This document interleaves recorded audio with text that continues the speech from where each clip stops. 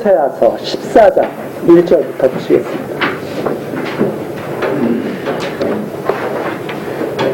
호세아 14장 1절입니다. 이스라엘아, 내 하나님 여호와께로 돌아오라. 내가 불의함을 인하여 엎드러 졌느니라. 너는 말씀을 가지고 여호와께로 돌아와서 아뢰기를, 모든 불의를 제하시고 선한 말을 받으소서. 우리가 입술로 숫송아지를 대신하여 주께 드리리이다. 우리가 아수르의 구원을 의지하지 아니하며 말을 타지 아니하며 다시는 우리의 손으로 지은 것을 향하여 너희는 우리 신이라 하지 아니하오리니 이는 고아가 주께로 말미암아 궁유를 얻음이니이다 할지니라. 3절까지 내용입니다. 이제 14장, 호세아 14장 마지막 절에 이르렀습니다. 하나님께서 이스라엘 백성들에게 마지막으로 지금 선포하시면서 권면하시는 내용입니다. 회개하고 여호와께로 돌아와서 궁유를 구하라고 하는 그런 말씀입니다. 그런데 이제 우리가 이런 말씀을 들을 때 회개가 사람들의 마음에서 사람들의 의지로 되는 거냐 하는 것을 우리들이 생각해 볼 필요가 있습니다. 많은 사람들이 자기의 의지를 가지고 회개를 할 수 있다고 생각하는 사람들이 많습니다. 그러나 우리가 지금까지 배운 것처럼 회개도 사람들의 마음대로 의지대로 되는 것이 아닙니다. 이걸 잘못 이해하면 마치 이제 우리 사람들이 의지를 갖고 하나님께서 죄악으로 너희를 치셨으니까 빨리 뉘우치고 하나님께로 돌아와라, 이렇게 말씀하시는 것처럼 자기의 의지를 발동하라는 것처럼 그렇게 들립니다. 그런데 이건 그 말씀이 아니라 하나님께서 이스라엘은 회개하도록 돌아오도록 정해놓으셨다는 겁니다. 하나님이 그래 정해놓으시고 기다리고 계신다는 말입니다. 그러니까 돌아오라 하는 그런 말씀입니다. 우리가 이제 마지막 장이기 때문에 처음 이 호세아서 내용을 한번 우리가 쭉 한번 살펴보면 그건 너무나 분명해지는 사실이죠. 호세아서 맨 처음이 그렇게 시작된 거 아닙니까? 호세아서 맨 처음이 호세아 보고 음란한 아내와 결혼하라, 음란한 아내를 얻으라 해가지고 음란한 아내를 얻어서 이 음란한 아내가 호세아와 함께 사랑을 하지 못하고 계속 바깥으로 나가죠. 그래서 계속 바깥으로 나가서 결국은 호세아하고 살 수 없는 지경이 됩니다. 그런데 하나님께서는 호세아 보고 그 여인을 돈을 주고 사오라고, 돈을 주고 데려가라고 그러죠. 그게 이제 3장에 나오는 내용 아닙니까? 완전히 팔려간 지경이 됐죠. 그 아내를 호세아 보고 다시 데려오라고 하나님께서 말씀하신 다음에, 그리고 이스라엘에 대해서 하나님께서 말씀해 주시기 시작하죠. 우리 간략하게 한번 찾아보면 5장 가서 한번 보시겠습니다. 5장, 호세아 5장.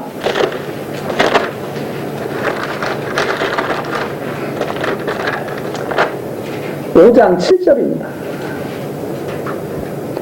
저희가 여호와께 정조를 지키지 아니하고 사생활을 낳았다. 하나님과 같이 지내면서 올바른 열매를 맺어야 되는데 그들이 맺은 열매는 사생자였습니다. 사생자. 이스라엘 백성이 여호와께 정조를 지키지 않고 사생자를 낳았다. 그러니까 우리가 신앙생활을 바르게 하지 못했을 때 이런 사생자가 탄생하는 거죠. 지금도 많은 신앙생활을 하는 분들이 있지만 사생자를 낳고 있는 분들도 있을 수 있다는 것을 우리가 알 수가 있습니다. 여호와를 바르게 경외해야 되는 거죠.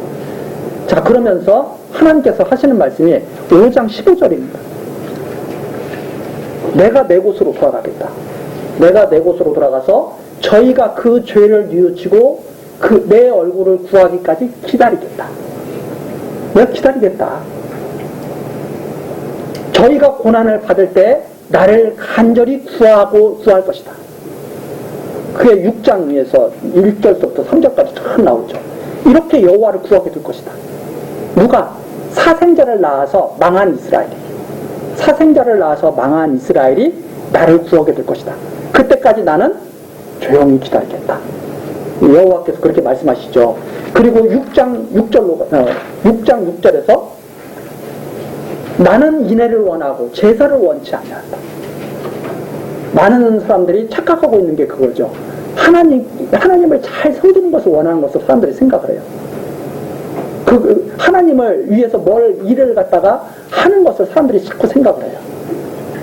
그런데 하나님이 진짜 원하시는 것은 뭐냐? 하나님을 위해서 뭘 섬기라는 게 아니에요. 하나님을 위해서 무슨 엄청난 일을 하라는 것이 아니라 하나님께서 진짜 원하시는 것은 하나님을 알기를 원한다. 하나님 알기를 원한다. 그래서 이런 사람들이 이런 생각을 많이 해요. 나는 하나님을 위해서 내가 전도를 몇 명 했어. 전도를 하지만 전도 정말 귀하죠. 할 수 있는, 아무나 전도할 수 있는 게 아니죠. 진짜 전도는 이렇게 하나님 말씀을 잘 전해주는 게 전도거든요. 아무나 할 수 있는 게 아닙니다, 전도가. 근데 우리는 지금 많은 사람들이 착각하기를 전도를 갖다가 사람 끌어오는 거, 사람 끌어오는 것을 전도라고 생각하는데, 진짜 전도는 이 도를 전해주는 거예요. 진짜 전도예요. 그런데 우리가 이 도를 전하려면 사람을 구해야 되잖아요. 들을 사람을 구해야 되잖아요. 그래서 이 도를 전하기 위해서 사람을 갖다 구하는 거지, 사람 구하는 것 자체가, 사람 끌고 오는 것 자체가 전도가 아니다, 이 말입니다. 그래서 하나님이 전해주시는 이 도는 뭔가 하면, 너희들이 나를 위해서 엄청난 일을 하는 것이 아니라 하나님을 아는 거고 인애를 원하는 거예요. 하나님께. 그래서 정말 하나님이 원하는 것은 하나님을 아는 것, 이것을 진짜 원한다 이 말입니다. 그런데 사람들은 하나님을 아는 것에 관심은 없고, 내가 얼마나 하나님을 위해서 일을 많이 했나, 근데 그 일이 무슨 일인지도 몰라. 사실은 정말 그게 하나님이 원하시는 건지 아니면 내가 원하는 건지. 우리가 진짜 효도는 부모님이 원하는 것을 해드리는 것이 진짜 효도라고 알고 있죠. 내가 원하는 걸 아무리 해줘도 부모님이 싫어하시면 그건 아무 소용이 없는 거거든. 그럼 하나님께서 정말 원하시는 것은 무엇인가? 하나님께 간절한 은혜를 구하고 그 하나님을 아는, 은혜를 베푸시는 그 하나님을 아는 것, 이게 정말 하나님이 원하시는 거다 이 말입니다. 근데 많은 사람들은 단순하게 생각하죠. 교회당 건축을 한 다음에 나 하나님을 위해서 일했다 이 말입니다. 그걸 하나님을 위해서 이런 건지 목사를 위해서 이런 건지 어떻게 알아요?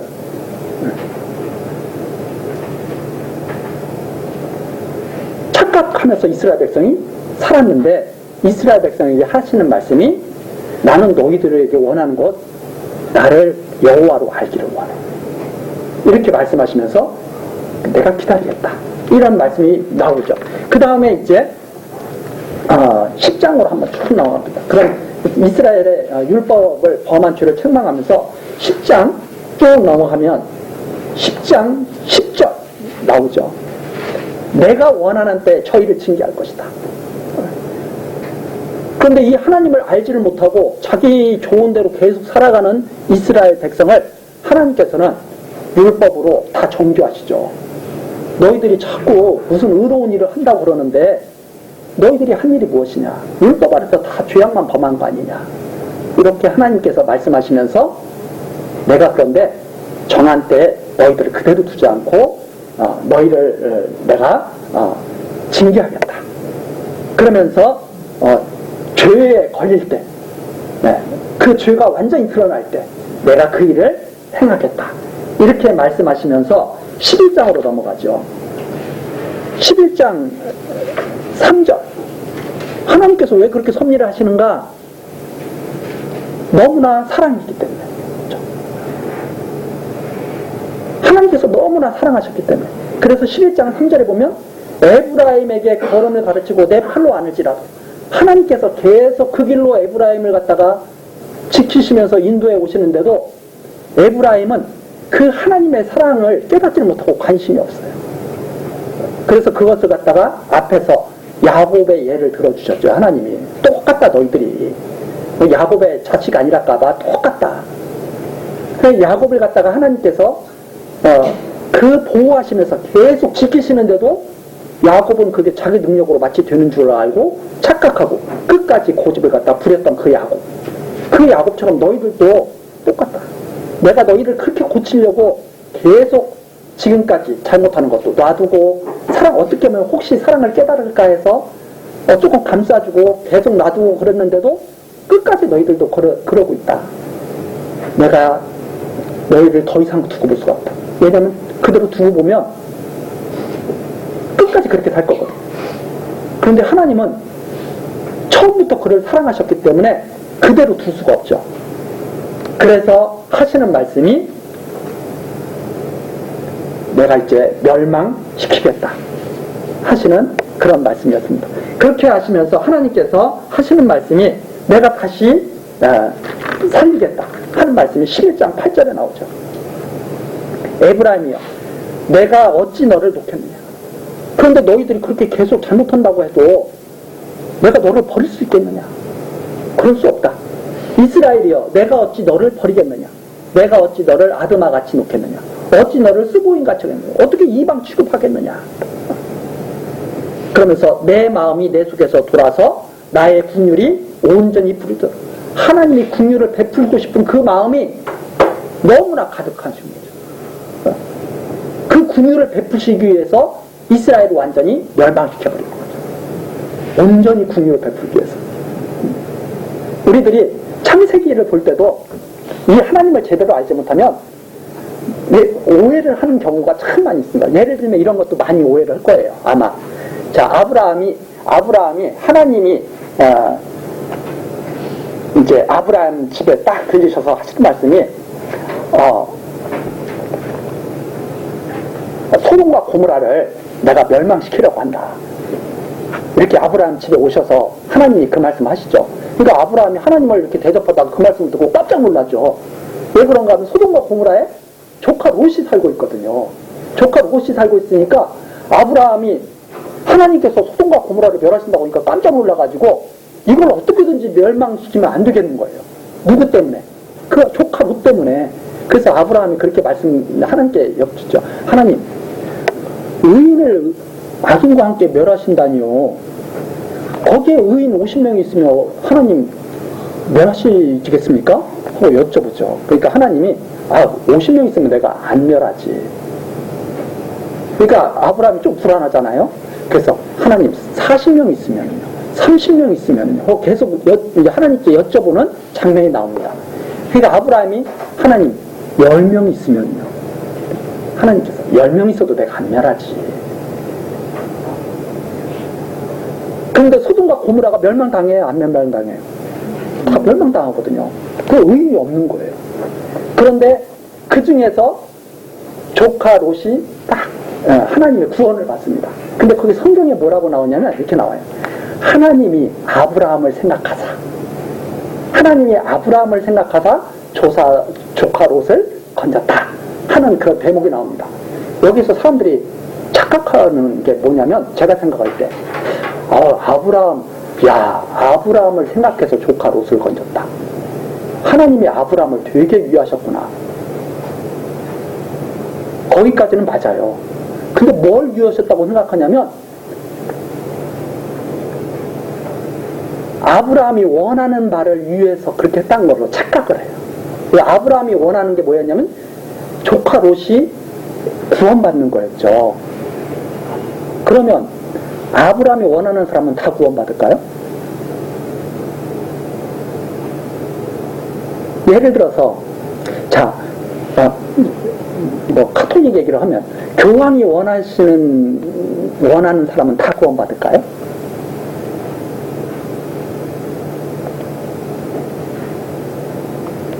아브라함이 원하는 바는 하나님께서 다 이루어 주실까요? 그런 거와 똑같은 질문이 돼요. 그럼 하나님이 아브라함을 생각하사 조카 롯을 구원했다는 것은 아브라함의 원대로 이루어 주셨다는 그런 뜻이 아닙니다. 그런 뜻이 아니라 아브라함의 믿음을 위해서 조카 롯을 건지신 거예요. 그게 무슨 말이냐? 아브라함은 의인 50명이 있으면 구원받고 40명이 있으면 구원받고 10명이 있으면 구원받겠지. 하나님께 그렇게 생각하고 하나님께 말씀을 계속 하죠. 그런데 10명이 없어서 소돔과 고모라는 다 망했다 이 말입니다. 그러면 아니, 10명이 있으면은 멸망 안 시키는데, 한 명이 있었다고 해서 멸망시킨다는 그런 말씀이 아닙니다. 그런 말씀이 아니라, 아브라함에게 성경에 의해서 의인은 믿음으로 말미암아 살리라. 하나님께서 살리신다는 그 믿음으로 말미암아 살리라. 다 죽어야 되는데, 하나님께서 살리신다는 그 믿음으로 말미암아 살게 될 것이다.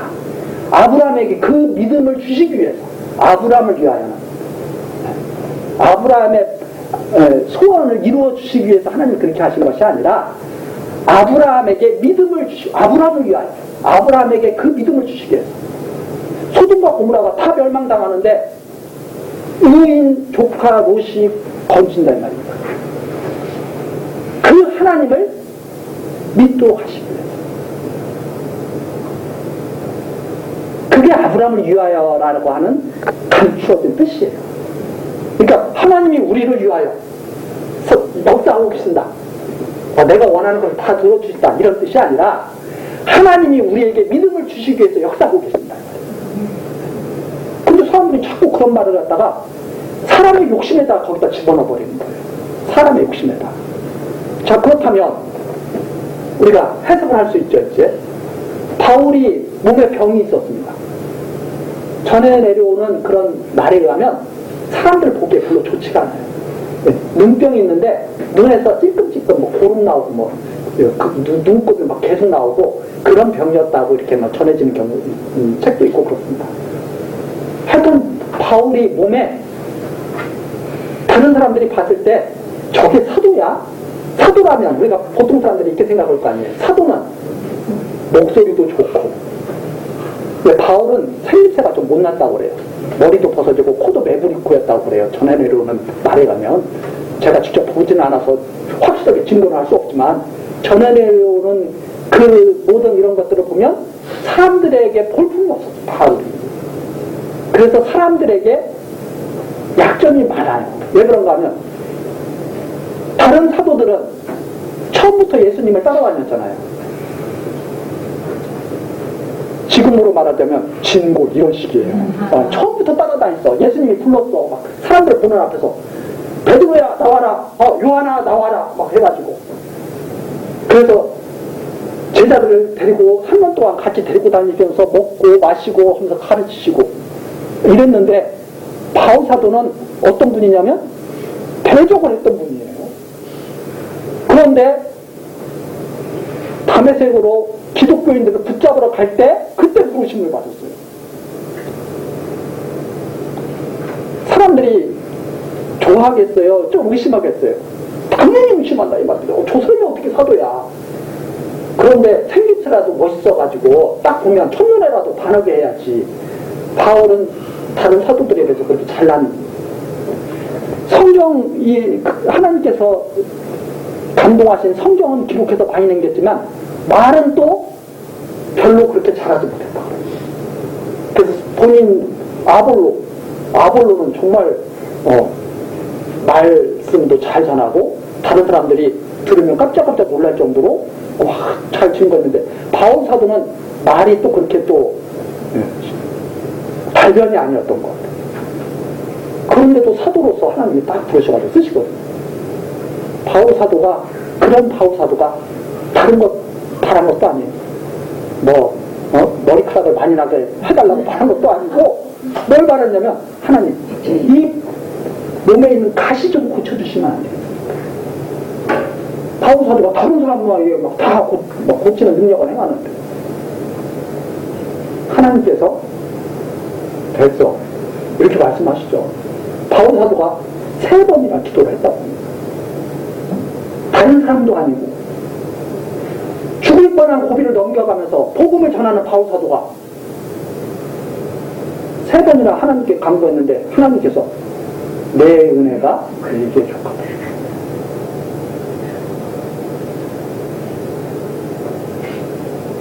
하나님이 왜 그렇게 하셨을까요? 믿음을 주시고 하나님이 주권자고 너가 지금 내가 쓰이는 총이 맞다고 하는 믿음을 주시고 그래서 사람들은 그런 것을 생각하잖아요. 아브라함을 위해서 조카를 못 거예요. 아브라함이 원하는 것을 막 들어주셨구나. 이런 정도로만 생각하지, 아브라함의 믿음을 위해서 그렇게 하셨다는 생각은 하지 않는다. 성경을 깊이 있게 보십시오. 하나님의 은혜가 샅샅 다 드러나죠. 근데 많은 사람들은 그 하나님의 은혜를 자기 욕심으로 다 바꿔버린다. 은혜가 족한 줄 알지 못한다. 그래서 지금도 간단해서 사람들의 욕심만 잔뜩 부풀어 오르지 않아. 하나님이 당신 사랑하시니까 원하는 대로 다 해봐라. 하나님이 지금 막 주시려고 기다리고 있는데 너가 원하지 않아서 안 주고 계신다. 이런 말도 안 되는 소리가 전혀 그렇지 않습니다. 하나님께서는 다 정해놓으시고 그 은혜를 받도록 인도해 볼 것 같으시죠. 그 믿음을 받도록 어떠한 환경에서도 흔들리지 않는 믿음, 더 가졌다고 해서 덜 가졌다고 해서 변하지 않는 믿음, 지금 이 순간에도 충만한 믿음, 그 믿음을 주시려고 하나님이 이렇게 역사하시는 것이다 이 말입니다. 이스라엘에게 지금 그렇게 그 말씀하시는 거예요. 내가 다 예비해서 너희를 지키고 있다. 돌아와라. 너희는 돌아올 수밖에 없다. 이게 하나님이 하시는 말씀이죠. 그런데 그걸 때를 정해서 하신다 이 말입니다. 때를 정해서. 사람이 때를 정하는 게 아니라 하나님이 때를 정해서. 우리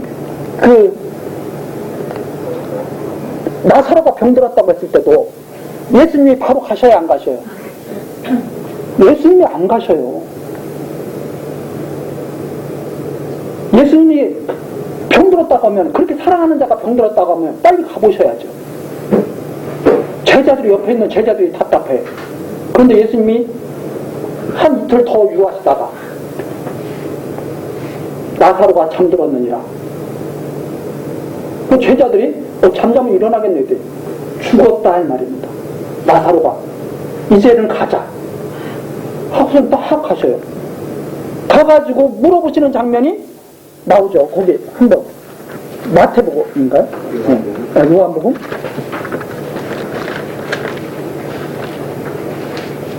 요한복음 11장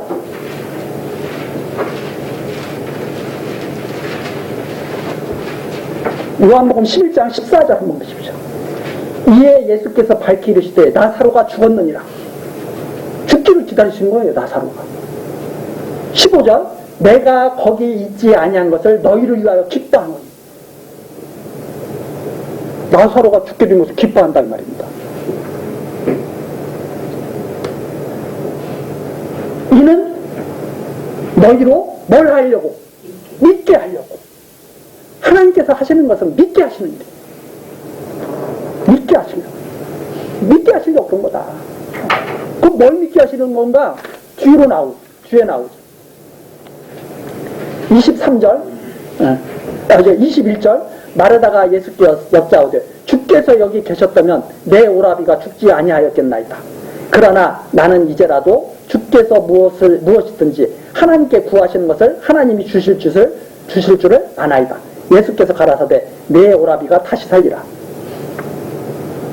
마르다가 가로되 마지막 날 부활에는 다시 살 줄을 내가 아나이다. 우리가 다 갖고 있는 믿음 같아요. 근데 이 믿음은 그냥 이론적으로만 갖고 있는 거예요. 우리가 그냥 들은 거예요. 그냥. 그런데 예수님께서 25절처럼 말씀하시죠. 예수께서 가라사대 나는 부활이요 생명이니 나를 믿는 자는 죽어도 살겠고 무릇 살아서 나를 믿는 자는 영원히 죽지 아니하리니 이것을 네가 믿느냐? 예수님께서 물어보시죠. 27절 가로되 주여 그러하오이다. 주는 그리스도시요 세상에 오시는 하나님의 아들이신 줄 내가 믿나이다. 말하다가 지금 자기가 무슨 말을 하고 있는지도 몰라 사실은. 그렇죠? 예수님께서 하시려는 일은 정말 믿음을 주시려는 거예요. 죽은 자를 살리실 수 있는 하나님이라는 걸 알게 하시려는 거예요. 그리고선 마르다가 그렇게 대답하고 마리아를 부르죠. 야, 예수님 오셨는데 빨리 나와. 그렇게 해가지고 나와가지고 예수님 앞에서 다 통곡을 하는 장면이 나옵니다. 38절, 이에 예수께서 다시 속으로 통분히 여기시며 사람들이 믿지를 않고 세상만 보고 울고 그래요. 통분히 여기시고 무덤에 가시니 무덤이 불이라 돌로 막았거나 예수께서 가라사대 돌을 옮겨 놓으라 하시니 그 죽은 자의 누이 마르다가 가로되 주여 죽은 지가 나흘이 되었음에 벌써 냄새가 나요. 죽은 다음에 출발하셨으니까 죽은 지 벌써 나흘이 됐다 이 말입니다. 예수께서 가라사대 내 말이 내가 믿으면 하나님의 영광을 보리라 하지 아니하였느냐 하신데 돌을 옮겨 놓으니 예수께서 눈을 들어 우러러 보시고 가라사대 아버지여 내 말을 들으신 것을 감사하나이다.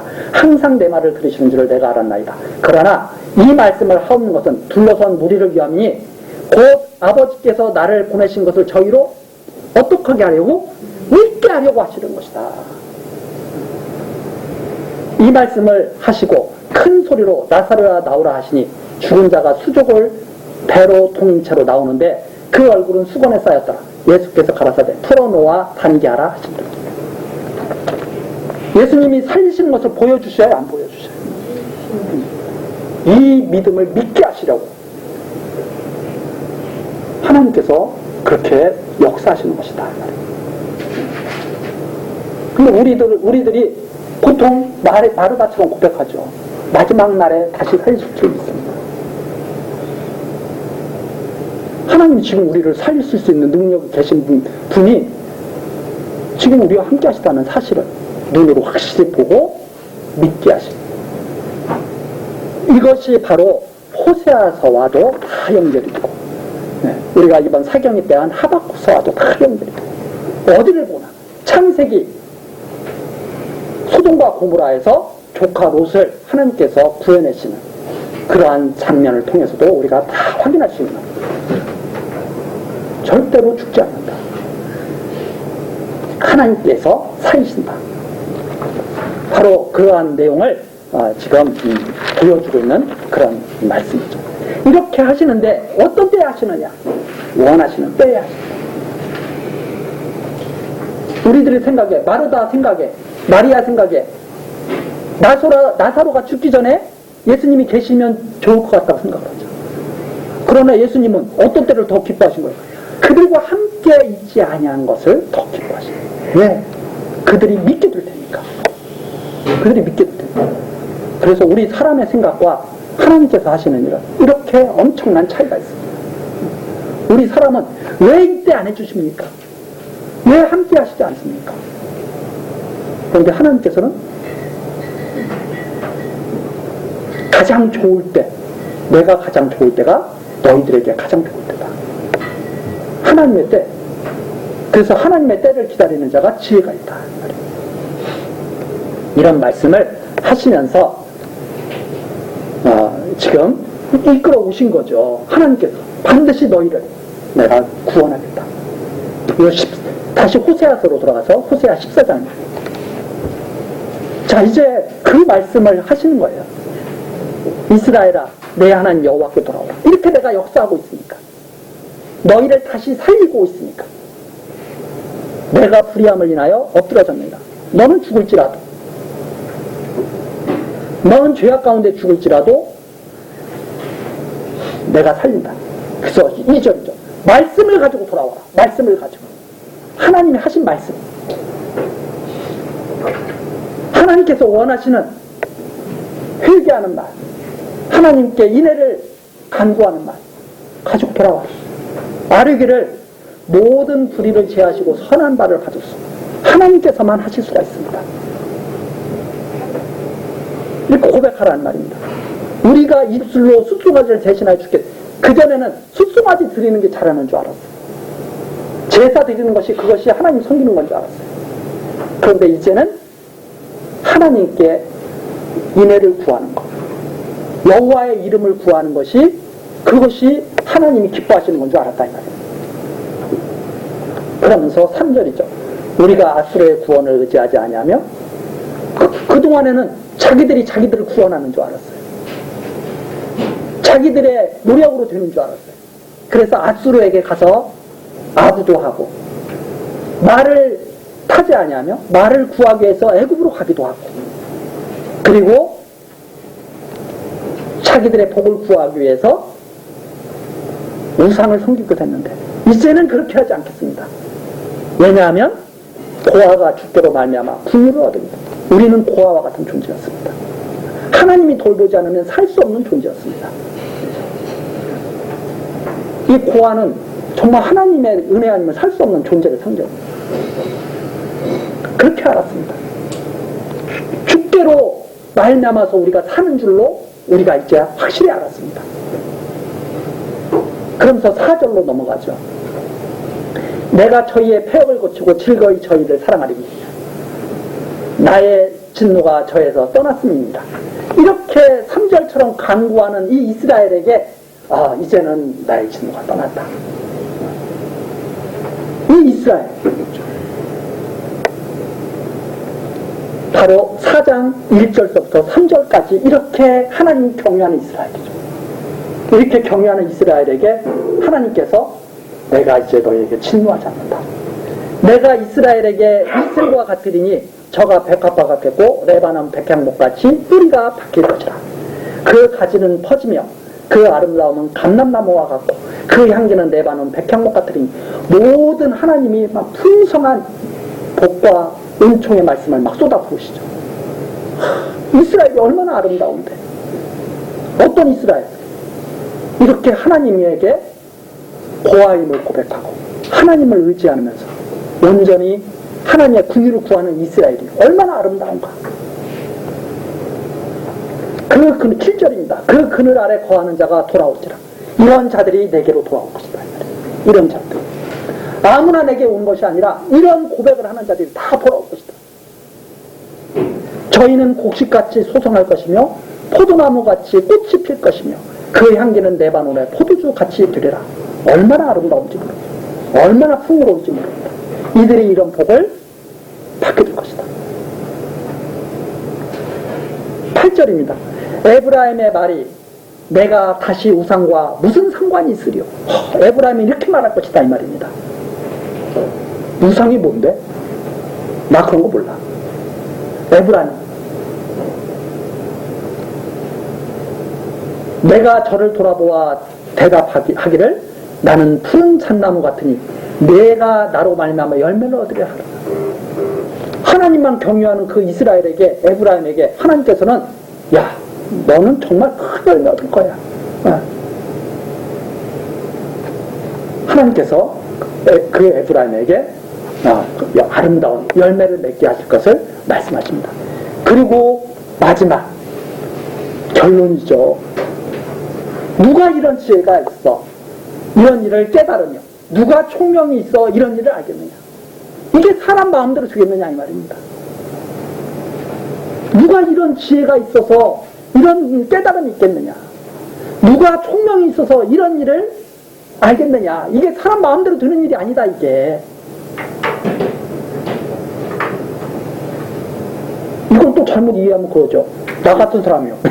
나 같은 사람이 아니라 뒤에 답이 나옵니다. 여호와의 도는 정직하니 여호와의 도는 굽지 않았다. 올바르게 계속 쭉쭉 나간다. 여호와의 도는 정직하니 의인이라야 이 도에 행하리라. 하나님께서 붙드신 자, 하나님께서 의롭다고 하신 자라 많이 이 도에 행하게 될 것이다. 그러나 죄인은 그 도에 거쳐 넘어지리라. 아무나 이런 사랑을 받고 열매를 맺는 것이 아니다. 다시 말하면 야곱과 에서를 말합니다. 야곱이라야 이 도에 행할 것이다. 에서는 이 도에 거쳐서 넘어지게 될 것이다. 이 말이에요. 똑같은 글을 읽어도 다르게 해석을 합니다. 야곱은 하나님께서 완전히 꺾어놓으신다. 어떻게 하도록? 하나님을 경외하며 살도록 모든 힘을 다 꺾어버립니다.